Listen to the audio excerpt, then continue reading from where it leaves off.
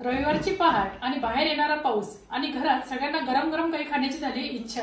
तर आता काय करावं, तर मी म्हटलं चला कुरकुरीत छान असे फुगलेले पालक भजे करू आणि त्याच्यासोबत मस्त आपला कडक गरमागरम चहा करू। भजे आणि चहा हे कॉम्बिनेशन तुम्हालाही नक्कीच पाहायला आवडेल। तर चला आपण रेसिपीला सुरुवात करू। भजे करण्यासाठी मी 1 वाटी एवढं बेसन पीठ घेतलेलं आहे। हे घरी दळलेलं डाळीचं पीठ आहे बरं का। त्यानंतर त्यात थोडीशी चिमूटभर हळद टाकायची। हळद अगदी कमी टाकली तरी पण भजे म्हणजे छानच होतात। थोडी जिरे पूड टाकायची आणि लाल तिखट टाकायचं। मिरच्या पावसाळ्याच्या दिवसात बाधू शकतात आणि लहान मुलांनी जर भजा खाताना मिरची आली तर ते भजे खात नाहीत। थोडंसं चवीनुसार मीठ आणि लसण जिऱ्याची पेस्ट त्यात टाकून घेतली। ओवा असला तर तुम्ही थोडासा ओवाही टाका आणि त्यानंतर पाण्यात थोडंसं पाणी टाकून बेसन पीठ छान भिजवून घेतलं।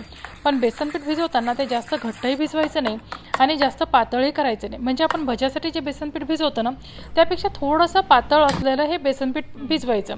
कढईत तेल गरम करायला ठेवलं आणि आपण भजा जेव्हा कढईत टाकू तेव्हा कढईचा गॅस लहान करायचा, म्हणजे हातावर तेलाची वाफही येत नाही आणि आपण टाकलेला पदार्थ आतून छान तळलाही जातो।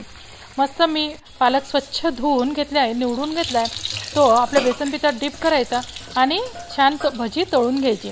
पावसाळ्यात बेसन पिठाची आणि पालकाची भजी खूप टेस्टी लागतात। पालक आणि कांद्याची भजी खूप छान लागतात, पण पालकाची भजी तुम्ही नक्की अशी करून पहा। सहसा पालक कापूनही भजी करतात, पण त्यापेक्षाही ही भजी अप्रतिम अशी चवीची लागतात। ही भजी तुम्ही नक्की या पावसाळ्यात ट्राय करा आणि कमेंट करून नक्की कळवा की तुम्हाला नंतर कुठली रेसिपी बघायची आहे। ती रेसिपी आपल्या यूट्यूब चॅनलवर आपण नक्कीच करू आणि ती मी तुम्हाला छान समजावून सांगण्याचाही प्रयत्न करेल की तुम्हाला ती रेसिपी छान समजेलही। तर त्यामुळे तुम्ही आपल्या मेघास मल्टी रेसिपी चॅनलला आतापर्यंत सबस्क्राईब केलं नसेल तर नक्की सबस्क्राईब करा। सबस्क्रिप्शन तर अगदी फ्री आहे आणि आपल्या चॅनलला जास्तीत जास्त लाईक करा, कमेंट करा आणि सबस्क्राईब करा आणि ही रेसिपी नक्की ट्राय करा। थँक्यू।